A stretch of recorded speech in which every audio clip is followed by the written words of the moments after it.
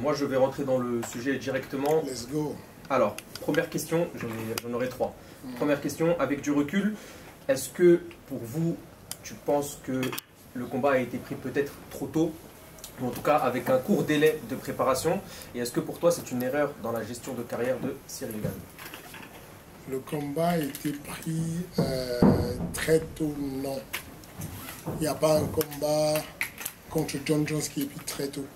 Il n'y a personne sur la planète Terre qui connaît le MMA, qui connaît le management, qui prend un combat contre John Jones et dit c'est trop tôt, c'est pas tôt. Je veux dire un court délai de préparation. Oui, je sais ce que tu veux dire. Ce que je dis, c'est qu'il n'y a personne du monde réel, du management de MMA, qui a un combat contre Conor McGregor, contre John Jones, qui prend la carrière tôt ou tard. Ça ne se pose pas comme question.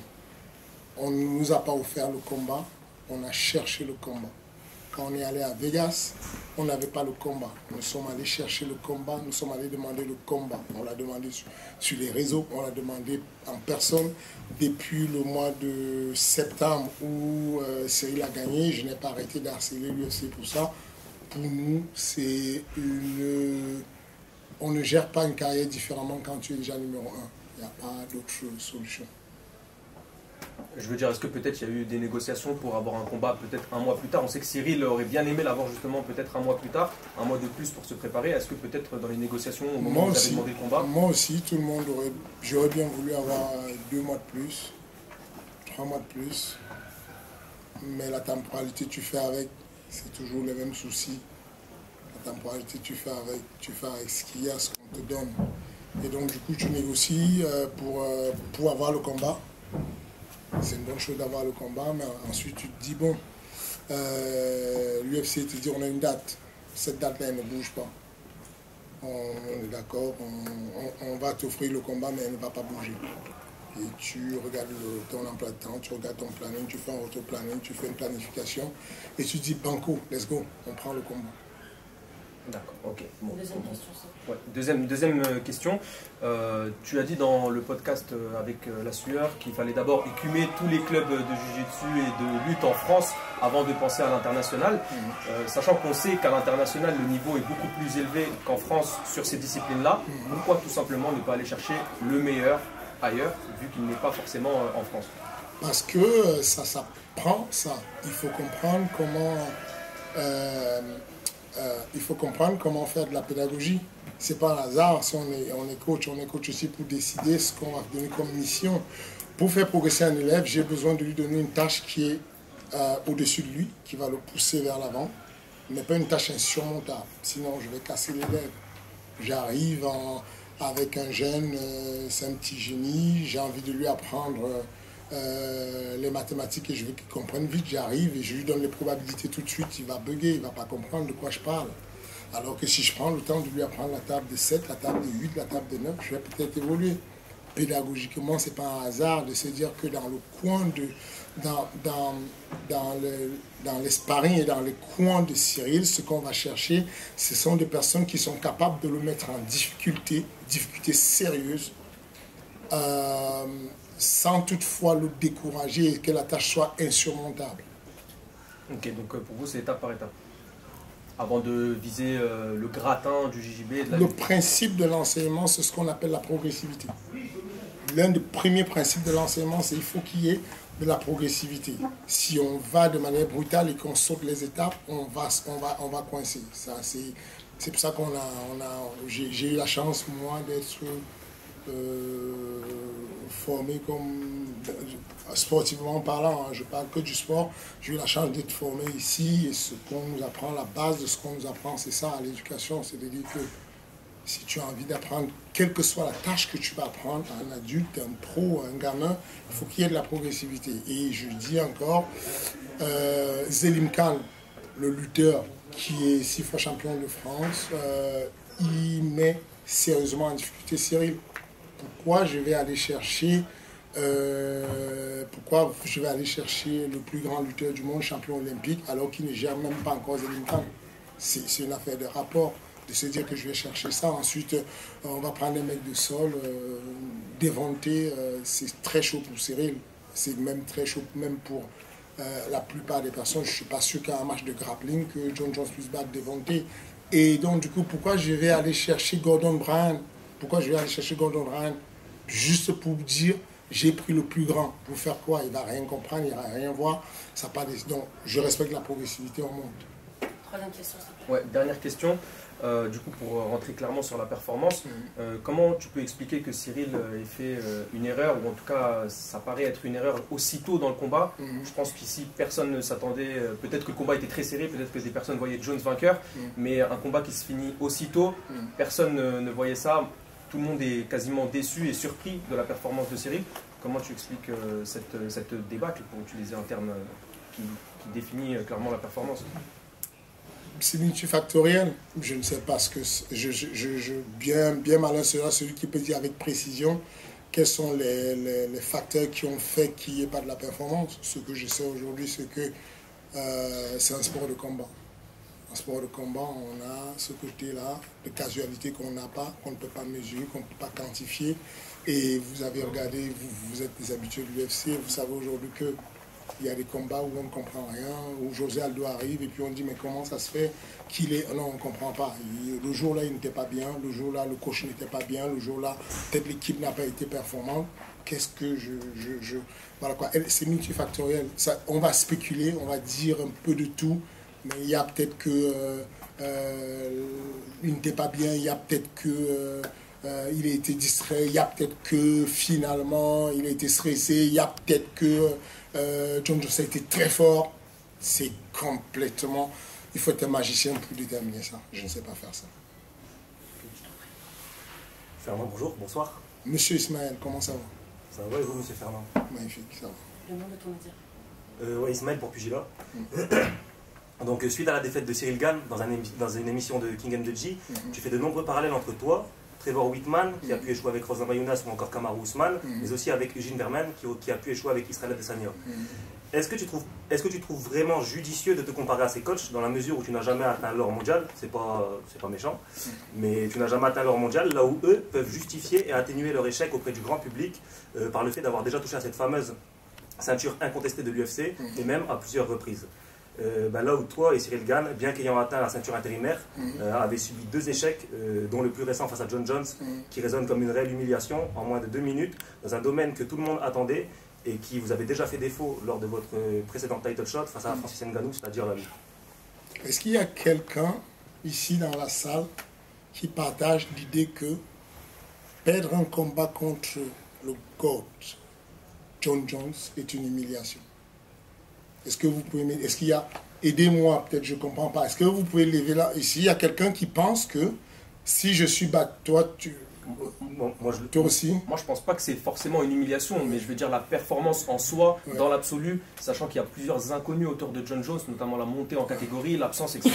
Et surtout connaissant Cyril et connaissant, enfin, je veux dire, le coaching que tu peux lui apporter et la préparation que tu peux lui apporter pour un tel combat, je trouve que ça peut résonner comme une humiliation. On attendait beaucoup de Cyril en fait, on espère beaucoup de lui et on connaît son niveau. C'est pour ça que je peux sentir ça comme une humiliation, la performance de John Jones. Ok, donc on est d'accord que là dans la salle, il y a une vingtaine de personnes et il y a 2 personnes qui ont trouvé que c'est une humiliation. On est d'accord que personne d'autre ne peut trouver que c'est une humiliation, non? C'est pas une humiliation, c'est étonnant. Merci. Voilà. Que ce soit aussi rapide, c'est ça qui nous a déçus. On va avancer, ne vous inquiétez pas, j'avais une question. La carrière de John Jones, c'est sa victoire la plus facile. On va y arriver, ne vous inquiétez pas. Ta question a plusieurs volets, ne t'inquiète pas, je vais reprendre tous tes volets. On a tout le temps. Impeccable. En gros, donc, ce n'est pas une humiliation pour l'être humain normal qui est en train de dire qu'on a affronté John Jones, sait que ce n'est pas une humiliation. Pour moi, c'est une humiliation. Dans la carrière de John Jones, c'est son combat le plus facile. Et alors qu'il y avait énormément d'inconnus, c'était une catégorie qui était toute nouvelle pour lui. Voici ce qu'on va faire. C'est que moi, je donne mon avis, tu donnes le tien. Je le respecte, je lutterai que ton avis soit bon. Donc, tu trouves que c'est une humiliation. Moi, je ne trouve pas.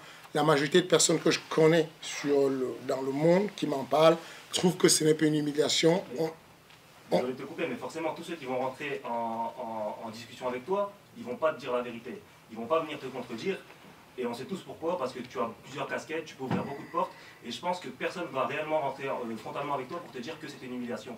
Mais quand tu dis que c'est la majorité des gens... Je dis pas trop de choses à la fois. Non, mais tu dis que c'est la majorité des gens comme si... Mais quand il faut qu'on réponde, tu veux qu'on se chamaille, tu veux qu'on s'insulte? Est-ce qu'on peut se concentrer sur une question? Enfin, une question, on y avance, ne t'inquiète pas. Je n'ai même pas encore répondu à tes questions, tu t'enflammes déjà.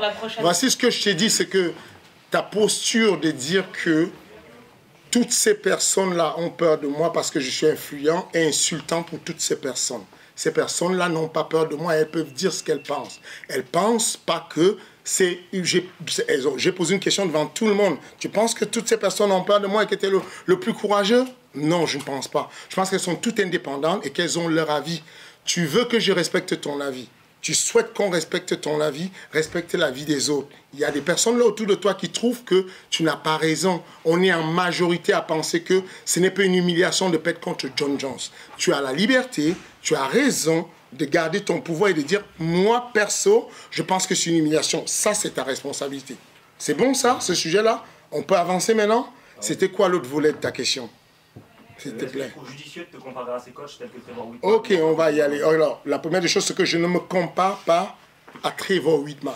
Je ne me compare pas à Trevor Whitman, je pose un sujet. Je pose un sujet qui est sain. De dire, Trevor Whitman, Cyril Gane a perdu 2 combats sur une carrière. Ok? Dans l'année 2023 et l'année 2022, tu juges que je suis probablement le pire entraîneur qui ait jamais existé. C'est une question que tu as posée sur... C'est une question posée. C'est le titre de ton sujet, c'est ça ou pas? C'était... beaucoup de remarques disaient que tu étais le pire coach. Non, non, non. Toi, tu dis quoi? Toi, tu as posé quoi comme question? Bien sûr que tu n'es pas le pire coach. Non, non, non. Toi, ton titre de ton sujet, c'était quoi? C'était... Fernand, pire coach, point d'interrogation. Merci. Très important. Pourquoi on débat depuis tout à l'heure? Tu dis exactement ce que je dis, tu veux esquiver. Reste dessus. Tu as dit que j'étais probablement le pire coach. Tu posais la question. Du coup, ma question est celle-ci. C'est que je dis, en quoi je deviens le pire coach quand dans une année de 2021-2022, 2022-2023, je vais à Bercy avec mon équipe, on a 3 victoires avec 3 mecs à l'UFC. Ok, William Gomis, Nassoudine Mavov, Cyril Gane. On a une carrière avec Cyril Gane de 13 combats. Sur les 13 combats, il en perd 2. Je te dis juste que venons à la relativité. Je ne me compare pas à eux. Je te dis que dans leurs pays respectifs, Eugène Berman en Australie est respecté comme un grand coach, alors que en écart de 2 années, il a perdu 2 ceintures avec Israël Adesanya. Je ne reviens pas sur son background et ce qu'il a fait. Moi, je ne reviens pas sur mon background, ce que j'ai fait. J'ai eu des ceintures avec des gars au Cage Warrior, au Bellator, j'ai eu des titres dans ma vie, mais je ne reviens pas dessus. Je te dis juste que là, dans la temporalité de 2022-2023, tu te poses la question si je serais le pire coach du monde. Et je te dis que dans l'année 2022, il y a un coach qui s'appelle Trevor Whitman qui perd une ceinture en welterweight avec Ousmane Camaro, qui perd une ceinture avec Rose Namajunas, qui perd une ceinture avec Justin Gaethje, qui perd une athlète qui était douée et qui est considérée comme le futur chez les featherweight, qui est Aspen Ladd et qui va signer au PFL. Je me pose la question. Je dis juste, je demande aux autres personnes, allez regarder ce qui se passe et dites-moi, à votre avis, est-ce que c'est normal que Trevor Whitman aux États-Unis est toujours considéré comme un très grand coach, que Eugène Breman que soit toujours considéré, que moi, dans le pays où j'exerce, on se pose la question, tu te poses la question, si je serais le pire coach du monde. Là où je pense qu'il y a une différence, c'est que ces coachs que tu cites, ils ont perdu généralement sur des upsets, et pas sur des, comme je l'ai dit dans le 3e volet de la question, pas sur des game plans, pas sur des aspects du combat où tout le monde s'y attendait. Ils ont perdu sur des upsets. On pense à Kamaru Usman avec Leon Edwards, on pense à Israël Adesanya qui se fait connecter dans le dernier round. Donc c'est pas pareil que... Du coup, j'ai envie de me poser la question, c'est quoi un upset?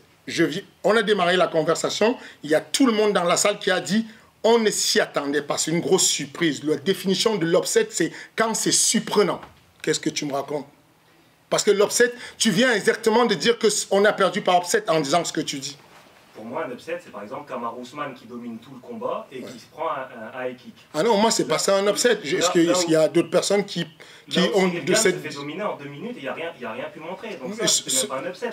C'est ça, justement, l'upset. L'upset, c'est je ne m'y attends pas, tu arrives, tu domines. Ta définition de l'upset dans ta vision à toi, elle est celle-là, mais je pense que s'il y a d'autres personnes ici qui gèrent l'anglais et qui ont meilleur anglais que moi, qui nous disent leur avis, moi, je pense que c'est ça. Je pense qu'on est vraiment dans un upset. La plupart des personnes disent ils sont surprise, upset. Je pense qu'on ne va pas se chamailler là-dessus, mais en tout cas, ça me rassure de voir que tu as juste lu le titre de mon podcast et tu n'as pas regardé le contenu, puisque tu verrais que c'est pas moi qui t'accuse d'être le pire coach, mais je débat justement là-dessus. Il y a même des points où je te défends, donc je t'invite à le regarder après. Moi, mon but en réalité n'est pas que tu me défendes ou pas. Je me moque littéralement de la défense que tu peux m'apporter. Enfin, tu vas me défendre de quoi? Enfin, défends-toi déjà toi-même. Moi, c'est pas ça mon souci. J'ai pas envie qu'on me défende. Je n'ai pas... C'est ridicule que je ne doive rien, que mais que je sois à me justifier, à m'expliquer. Donc, je n'ai pas besoin de défendre. Je dis simplement apporter les médias français, aider le sport à se développer en apportant du soutien, de la lumière à tous ces acteurs du MMA français au lieu d'essayer de trouver la petite bête, essayer de les enfoncer. Ce titre-là, de se poser la question sur une défaite, deux défaites consécutives qui vous touchent, c'est Nassourdine et c'est Cyril, regardez ce qui se passe tous les soirs sur Ares. C'est une débâcle en fait. MMA Factory gagne partout, on gagne des combats, on n'est pas que sur 2 combats. Je dis juste que allez regarder aussi ailleurs ce qui se passe, vous allez voir, vous allez comparer, vous allez vous rendre compte de quoi on parle. Okay. Next. Bonsoir Fernand, c'est Delabedi, c'est le sport. On a parlé beaucoup de Cyril, etc. Mais moi je voulais savoir comment toi tu as vécu cette nouvelle désillusion de ne pas pouvoir atteindre le titre. Est-ce que moralement tu as été atteint et est-ce que tu digères cette défaite? Oui, j'ai été touché. J'étais vraiment abasourdi, complètement choqué. Je ne savais pas que c'était possible. Parce que comme je vous dis, vous avez la perception de ce qu'on vous donne en vidéo. Quand on a envie de faire, on nous demande, quand les community managers nous demandent un contenu, ce qu'on fait, une petite série de pattes d'ours, on vous la donne. Parce qu'on ne peut pas se mettre à montrer tout un entraînement et tous les détails de la lutte, du sol et tout ce qu'il y a. Mais je vous promets, c'est très pénible quand vous savez que le gars s'est préparé. Quand vous savez que vous l'avez lutté, vous l'avez vu faire du sol avec des mecs beaucoup, beaucoup plus forts au sol et qu'il a fait des choses incroyables. Quand vous arrivez au combat et que ça se passe aussi vite, je vous promets, c'est pénible. C'est vraiment difficile. Voilà, donc je l'ai mal vécu, mais je sais avaler la couleuvre et puis je sais avancer et on avance. C'est tout. Il n'y a rien à faire, il n'y a pas à chipoter, on avance. Dernière question, quel va être le futur justement pour Cyril? Quand est-ce qu'il va retourner dans le domaine? Probablement en septembre. Probablement il retourne à la compétition en septembre. En tout cas, c'est ce que moi je souhaite. Je pense. Comment? Pourquoi septembre? Pour rien. Pour moi en septembre, parce qu'il y avait une possibilité de juillet, mais je préfère qu'on laisse passer et qu'on ait le temps de développer. Qu'on se développe sérieusement dans les domaines nécessaires et qu'on puisse aller chercher ce dont on a besoin. Je t'en prie. Bonsoir Fernand, Jeep pour la bagarre. Pareil, j'aurais 3 questions à te poser. Je voudrais revenir sur le combat et sur la préparation. Cyril se casse la main lors du dernier UFC en France. Donc il faut un certain temps pour récupérer. En plus, on sait qu'il a des lacunes en lutte, etc. Comment tu te dis à ce moment-là, puisqu'il a forcément très peu de préparation, parce qu'il retourne en entraînement pour travailler avec tout ce qu'il a de travailler, en plus il doit travailler son puissance et tout, c'est-à-dire qu'il doit quoi, avoir 3 mois, 2 mois de préparation avant de rencontrer Jones? Entre la guérison de sa main et le combat, il y a eu 3 mois. Donc est-ce que 3 mois, sachant qu'il a ces lacunes-là, parce qu'on les a vus face à Ganou, là c'est encore, c'est un autre niveau, tu te dis c'est opportun parce qu'on ne rate pas ce combat-là, mais quelque part, tu y vas, excuse-moi, je suis une vite fait, tu y vas, donc forcément tu vas aussi avec une idée de game plan, je suppose. C'est quoi ton game plan pour aller battre un Jones, surtout qu'on a vu Cyril sur la défensive pendant ces 2 fameuses minutes. Il perd de cette façon-là, qui n'est pas pour moi une humiliation, mais qui est très très étonnant quand même de perdre. Quand tu es préparé pour combattre contre Jones, tu ne peux pas perdre logiquement au bout de 2 minutes. Tu dois avoir une préparation qui doit t'amener à résister, en tout cas en lutte. Et ma dernière question, aujourd'hui on voit que chez les lourds, il y a une grosse domination par type. Est-ce qu'on peut faire étape par étape, s'il vous plaît? Je me paye, c'est pas possible, ça fait trop de questions. Waouh! Est-ce que tu peux peut-être répéter le début? Non, c'est bon, je l'ai en tête. Je l'ai en tête. Je dis waouh parce que je suis stupéfait. Nous suivons tous le MMA. Ce que vous me dites, c'est que là, dans la cage, tout à l'heure, vous avez regardé des combats où il y avait des personnes qui venaient avec l'intention de ne pas tomber. Elles se préparent chez elles. Elles se disent, je ne vais pas tomber. Et vous n'admettez pas que l'autre en face s'est préparé pour faire tomber et qu'il puisse quand même faire tomber. Ça me dépasse. Qu'on ne puisse pas se dire, Cyril Gane pourrait, quelle que soit sa préparation, tomber. Quand on est aux Jeux Olympiques de lutte, on prend 2 lutteurs très forts en lutte libre, on les met ensemble, les 2 sont archi préparés, il y a bien un qui tombe à un moment. Comment ça vous arrive, vous, de ne pas vous dire à un moment donné, il peut s'être préparé comme un lion, comme un lutteur gréco-romain, lutteur libre, ce que vous voulez, mais il est tombé. Il est juste tombé. Est-ce que c'est possible humainement? Non, mais bien entendu. Là, ce que je voulais simplement dire, c'est que les 3 mois de préparation, je trouvais ça très short pour aller combattre un Jones. C'est dans ce style-là. Si ça avait été au bout de 6-7 mois, dans la même condition, ça aurait dit la même chose. Okay. C'est les 2 minutes qui sont courtes. Du coup, qu'est-ce que vous en savez, vous? Parce qu'en réalité, ce qui se passe, c'est que vous arrivez dans un camp d'entraînement. Vous débarquez sur la vie de la planification d'une carrière. Pendant longtemps, ce que vous réclamez, vous là, ce que vous reprochez, vous, c'est ce que vous avez apprécié pendant très longtemps. On n'a fait que ça. On a démarré la carrière de ce jeune. Il était un Nakmoui pur, qui est posé, qui est là sur place et qui frappe. On a mis en place une stratégie qui était, on n'aura jamais le temps de rattraper la lutte, on va éviter la lutte. On avait des short notice de malades, vous ne vous êtes jamais plaint. Ça ne vous a jamais posé de problème. Aujourd'hui, vous arrivez pour questionner quelqu'un qui est... J'aime l'idée de me remettre en question, sincèrement. Je ne fais que ça. Parce que au-delà de... Je ne sais pas, pour faire beau, je suis traumatisé, ça me choque en fait. Quand je n'arrive pas à faire quelque chose, je suis obstiné, je recommence tout le temps. Mais je vous dis simplement que il y a un moment donné, quel que soit l'entraînement qu'on va faire, on peut juste échouer, c'est possible. Donc, l'entraînement de Cyril a recommencé en novembre. Novembre, il a recommencé la préparation physique en novembre. OK? En décembre, le 4 décembre, j'ai encore des textos, je faisais mes devoirs, et les textos, quand je fais mon truc, le 4 décembre, il y a des textos où j'appelle Reda Meptouche, j'ai rendez-vous avec lui et je demande à Cyril, son rendez-vous, on se coince à la salle, on travaille. Vous voyez, comptez les semaines entre le moment où il a le cas osseux qui est fait, on sait que le cas osseux, c'est 8 semaines, c'est 10 semaines maximum, le cas osseux est fait, la main elle est solide, le médecin donne le OK. À partir de ce moment, on se met à s'entraîner. Préparation physique d'un côté, et puis l'entraînement. On arrive aux États-Unis. Reda Meptouche n'a rien à voir dans le camp d'entraînement de Nassourdine Imavov.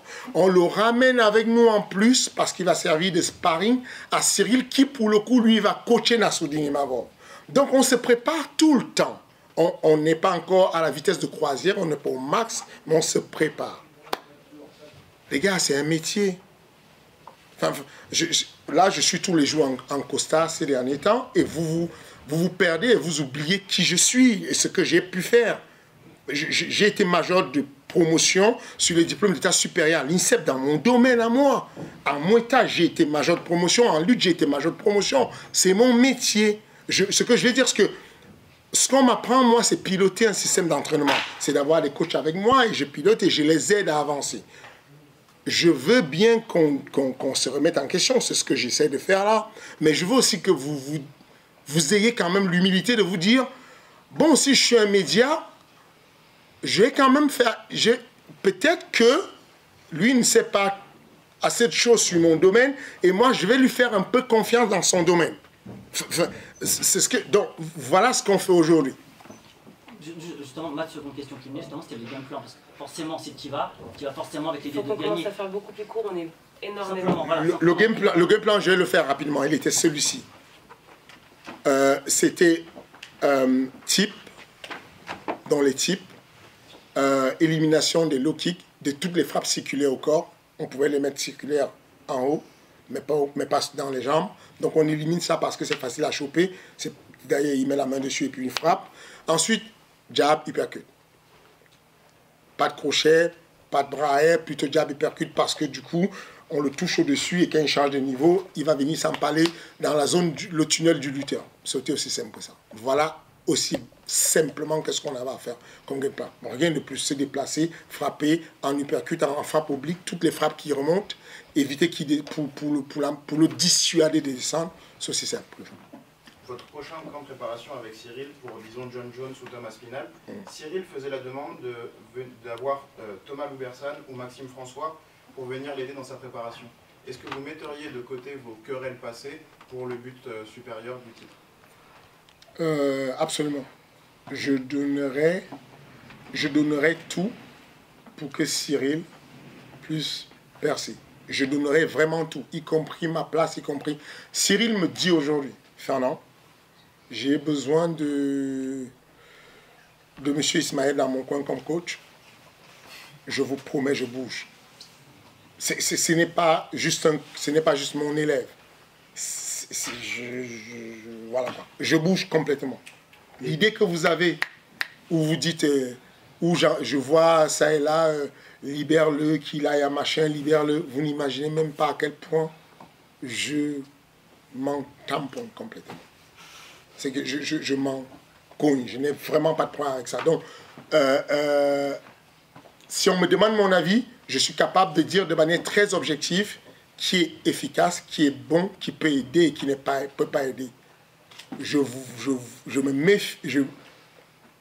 dis, méfiez-vous des personnes qui peuvent beaucoup aider mais qui n'ont jamais aidé. Alors, je vais être clair.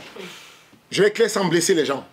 Méfiez-vous des personnes qui vous disent, moi mon téléphone explose. Je suis de Curitiba, je connais le sol, je peux t'aider, est-ce que tu peux me mettre Cyril? Je suis de Mexico, je peux t'aider, est-ce que tu m'as... Ce que je vous dis, c'est que si le gars peut aider, il aurait déjà dû aider avant. Ok? Avant que M. Loubersan vienne aider Cyril, il aurait déjà dû aider Karl Amoussou. Déjà, à la base. Parce que moi, personnellement, je l'ai aidé, Karl Amoussou, je l'ai croisé, il revenait de l'American Top Team aux États-Unis, l'endroit où vous souhaitez que nos Français aillent s'expatrier. Ils revenaient de l'American Top Team, il était sur une carrière en dents de scie, c'était super compliqué. Il est arrivé au MMA Factory, 8 victoires consécutives avec 3 ceintures à la clé, y compris le Venator, le Cage Warrior. Il faut vous méfier des gens qui viennent aider en cours de chemin. Prenez des gens qui aident déjà. Il n'y a pas beaucoup de gars qui vous expliquent je suis là, je suis un génie, je peux aider, c'est juste que je n'ai pas encore eu la chance de trouver quelqu'un, un élève bon pour aider. C'est chelou. Il n'a qu'à aller chercher son élève, aller trouver un moyen de l'aider. C'est plus simple comme ça. Et ensuite, voilà. Et j'ai une deuxième question très rapide. Compte tenu du niveau des frères Younoussov, Turpal le mois dernier qui termine en 27 secondes, aujourd'hui Aboubacar qui termine en 24 secondes, est-ce qu'à cause de la législation, il ne serait pas temps de les envoyer peut-être à l'extérieur pour qu'ils montent leur vrai niveau contre de plus gros opposants?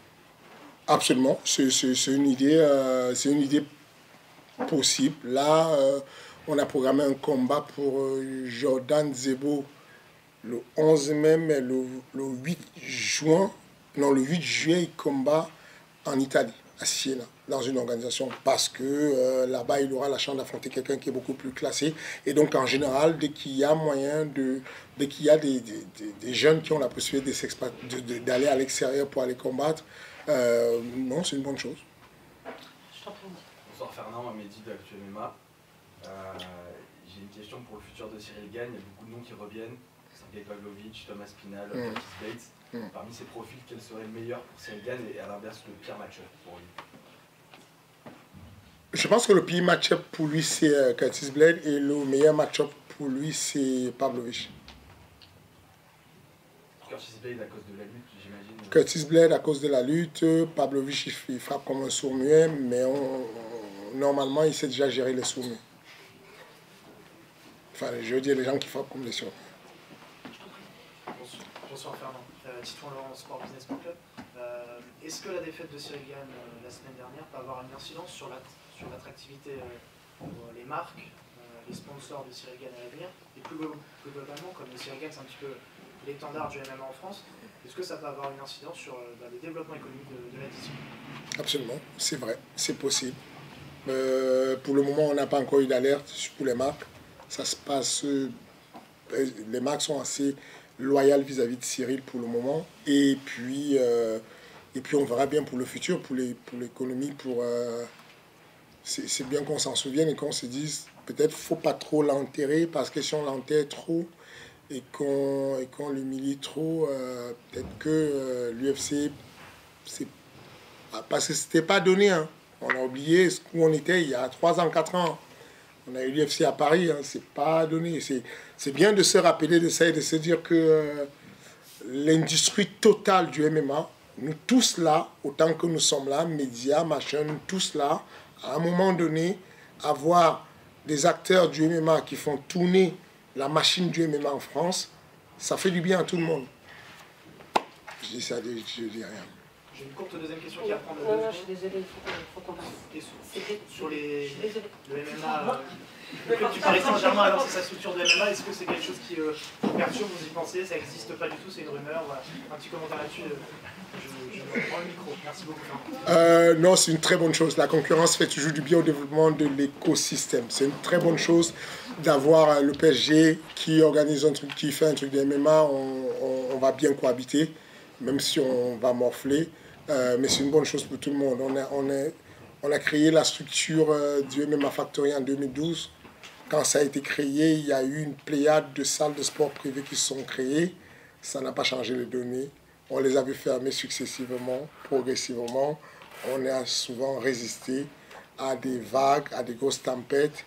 Et je pense qu'on commence à comprendre un peu comment ça fonctionne. Donc, moi, je trouve la compétition bonne. Ça va attirer un peu plus de monde. Ça va attirer des fans de football vers l'industrie du MMA. Et tout le monde est gagnant.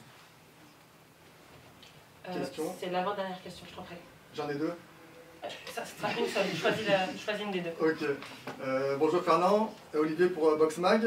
J'aimerais savoir, Cyril est maintenant à la 3e place du classement, mais il se pourrait que le prochain combat pour le titre, si tout se passe bien, soit dans 3 ou 4 combats minimum. Ça fait environ 2 ans. Alors la question, c'est lors des discussions avec Cyril après le combat avec John Jones, est-ce qu'il vous a semblé motivé et déterminé à tenir jusque-là, sachant qu'il a lui-même dit précédemment qu'il n'avait pas forcément l'intention de rester trop longtemps dans le circuit. Vous êtes dangereux, tout ça. Non, mais c'est une question vraiment honnête, hein. Il n'y a pas de piège. Ok, non, il n'y a pas de souci. Il est bien, il a faim. Il a dit enfin, s'il n'est pas bien, il n'est pas à la salle. Là. Vous voyez bien que, enfin, il s'entraîne. Il est bien, il est reparti à l'entraînement, il le vit.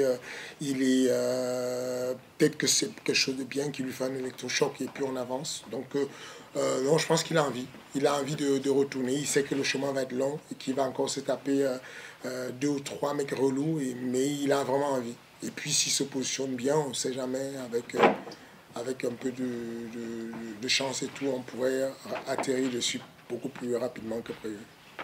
Merci. Bonsoir, Fernand Noé pour IS7KT et Cover. J'en ai qu'une, j'imagine. Donc, on est tous très déçus de l'annulation du combat entre Ragnar Le Breton et Daniel Lanty. Du coup, je veux savoir, est-ce qu'il y a un report possible pour le combat ou pour Ragnar tout court? On essaie de faire un report. C'est pas encore... en gros, l'idée, c'est qu'on puisse placer ce combat-là sur le mois de mai, le 11 mai. Contre Daniel? Oui. Daniel, le plan galère, ça joue pas contre vous?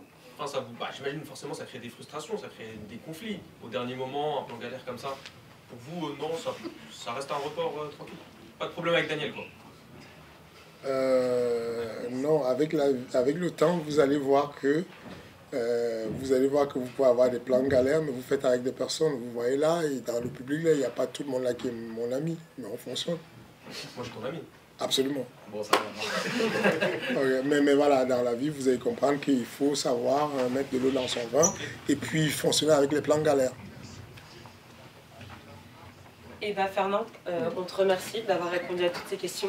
Je suis viré. Très bel exercice.